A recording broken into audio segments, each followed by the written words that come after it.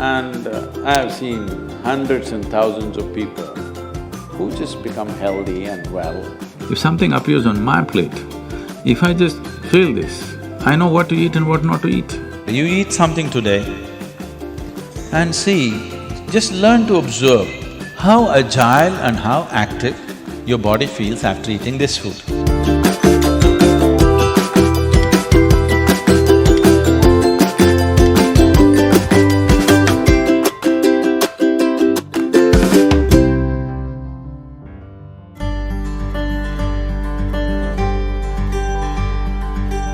The simple thing right now that's a rage in the world is, if you come to our ashram, all the people there who are physically immensely active eat 10 o'clock in the morning, 7 o'clock in the evening, 2 meals. How many doctors have been telling me that they will die of malnourishment, this will happen, that will happen, you must do this, you must do that. I eat only 1 meal a day most of the days. One big meal I eat and that's it. And doctors telling me, no, Sadhguru, the way you're traveling, this will happen, that will happen, you must eat at least once in 4 hours, something you must eat. I said, leave me alone, I'm doing fine. But now, a big university in America comes up with this called intermittent fasting. It's not nonsense, it's good, but they rediscovered something that we have known forever. Now everybody is saying there must be a 16-hour gap.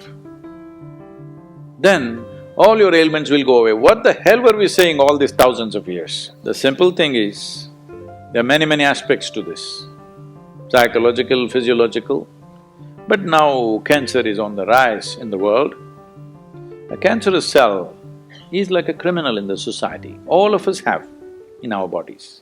Only if they become… their concentration becomes more than what they should be, or they gang up and locate themselves in one place, they become like organized crime. There are pickpockets in Kochi, I'm sure. Hello? There are small-time criminals, individually operating in twos and threes. We don't take it very seriously, we'll leave it because it happens. But suppose all 100 of them got organized into a organized crime, now we will crack down. Because we know now it becomes a threat to the society. Similarly, cancerous cells are like this. Criminals, they're moving around, doing some damage. Their only problem is, right now, they're generally eating about 8 to 12 times more than what the other cells are eating. So if you just give sufficient break between one meal and the other, most of them will die because they cannot survive. This is something we've been talking forever. But now they've discovered it with $1 billion research.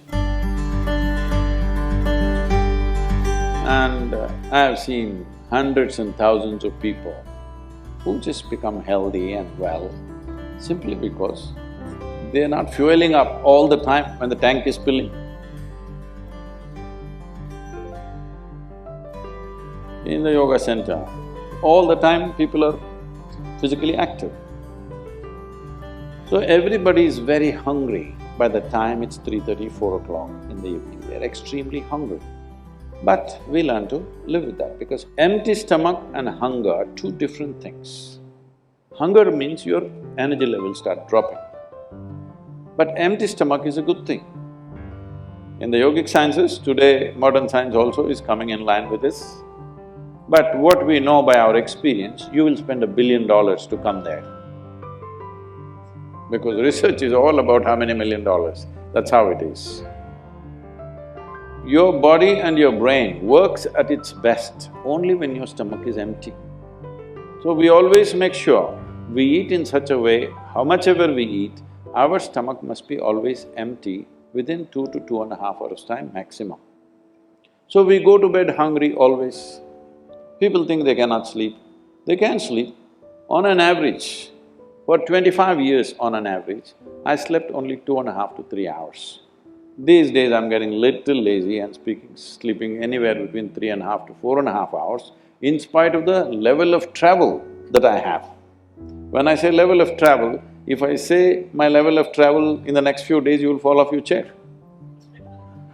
Yes? Should I tell you? No, not necessarily.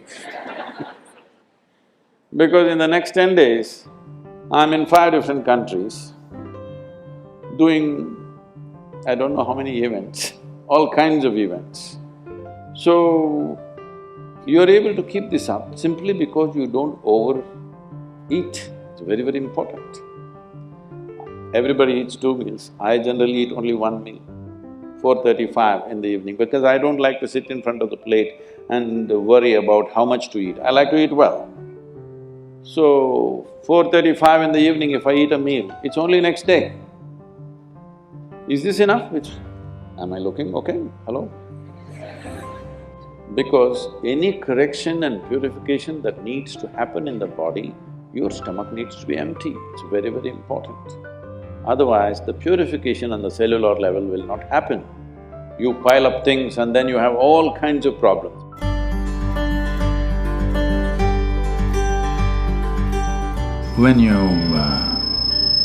When you don't touch the food, you do not know what it is. If food is not good enough to be touched, I don't know how it's good enough to be eaten.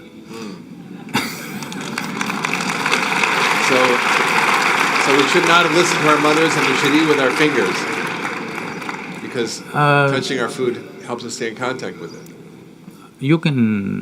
The cleanliness of your hands is entirely in your hands. The cleanliness of the fork is not entirely in your hands. This is true.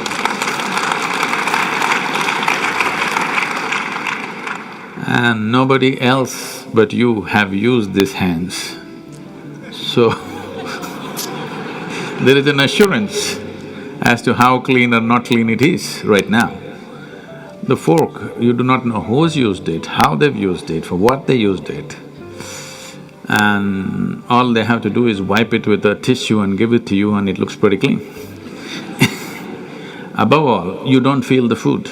The first thing that's been taught to us is, if food appears in front of you, to hold your hands upon the food for a few moments, just to feel how the food is. If something appears on my plate, if I just feel this, I know what to eat and what not to eat, what I should not eat. I don't taste it and then reject it, I just don't eat. Because my hands are the first level, not tasting in the sense the tongue tastes, but knowing the food. First thing is knowing the food. You want to know a person, you guys go and shake their hands.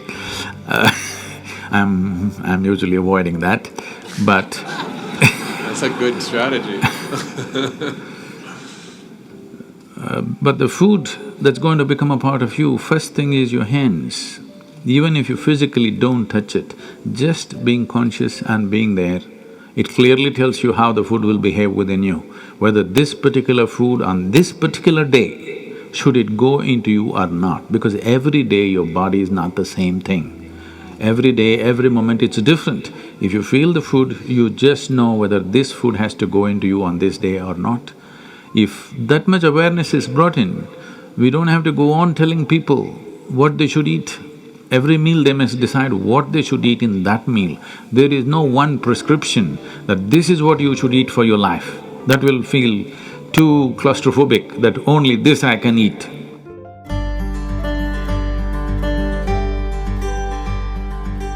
Your selection of food and consumption of food also must happen consciously. More than what you eat, how you eat it is also equally important. When I say how you eat it, these are all live substances. Every one of them had a life of their own, whether it's a plant, animal, vegetable, every one of them had a life of their own. Now in some way, you're making food out of it, you must consume it with utmost gratitude. If you approach it with a certain sense of gratitude and reverence towards the food that you eat, when I say reverence, it may feel like too much for you, but I'm asking you, let's say we put you in a room and you had nothing to eat for 5 days. If God appears in front of you, what will you ask for? Food? So that's how important it is. You must understand the food on your plate is not just a substance, it is not a material, it is not a commodity, it is life. It is the life-making material for you. So, you must treat it as such. Right now, when it's on the plate, when it's out there, it has no value, but the moment you consume it and it becomes your flesh and blood, now suddenly it's of immense value. Why do we live like this? It's very important, when it comes on your plate itself, you must treat it as a part of yourself. With great reverence, you must consume. Just the way you consume it, if you change that, food will behave very differently within you. This is what consciousness means. If people say your consciousness has no impact on your life, only chemical structures have impact, I'm very sorry for them because that's not how life works. Human consciousness has a deep and profound impact on everything that we touch, especially the food that we are making another life as a part of ourselves. When we're doing such an act, it's very, very important we treat it with utmost gratitude and reverence.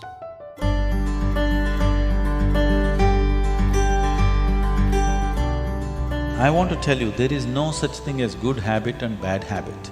Habit means you are functioning unconsciously. If you are functioning unconsciously, that's a bad thing because the whole thing about being human is we are capable of doing things consciously. That is the beauty of being human, that we can do everything consciously. What an animal does unconsciously, we can do the same thing consciously. We can eat unconsciously or we can eat consciously. We can breathe unconsciously or we can breathe consciously. Everything that we can do it consciously. The moment we do something consciously, suddenly that human being looks very refined and wonderful. Just because somebody walks and speaks consciously, doesn't he become a beautiful human being? Yes or no? That's all. So why is it that we are trying to develop habits as if there's a good thing? Habit means fixed realities, where you don't have to think. You get up in the morning and it'll happen to you. No, don't try to automize your life. That is not efficiency, that is the efficiency of the machine. This one is supposed to function intelligently and consciously. Nobody is expecting it to function like a machine. So, about food and stuff, food must be suitable for the body that we eat for. It is for the body. This is a building material for this body, the food that you're eating. What is the appropriate food? Unfortunately, it's all messed up right now.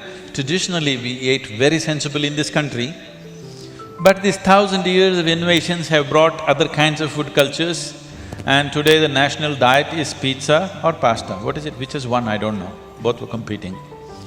So, we are losing our sense about food. It's definitely time to look at what is the most suitable thing. If I go into that food, it's a very long process, but you must experiment with food, not just by the tongue, but by the body. You eat something today and see, just learn to observe how agile and how active your body feels after eating this food. If it feels like it wants to go to the grave, that's not good food. If it feels like it wants to be alive after eating this, except coffee, because that's a stimulant. If you eat food and your body feels very agile and alive, that means it's good food, body is liking it. If you eat something, it feels dull, that means it's not liking it, it's having difficulty with it, that's why it feels dull. So just on this basis, there's a much… this is a very simplistic way of putting it.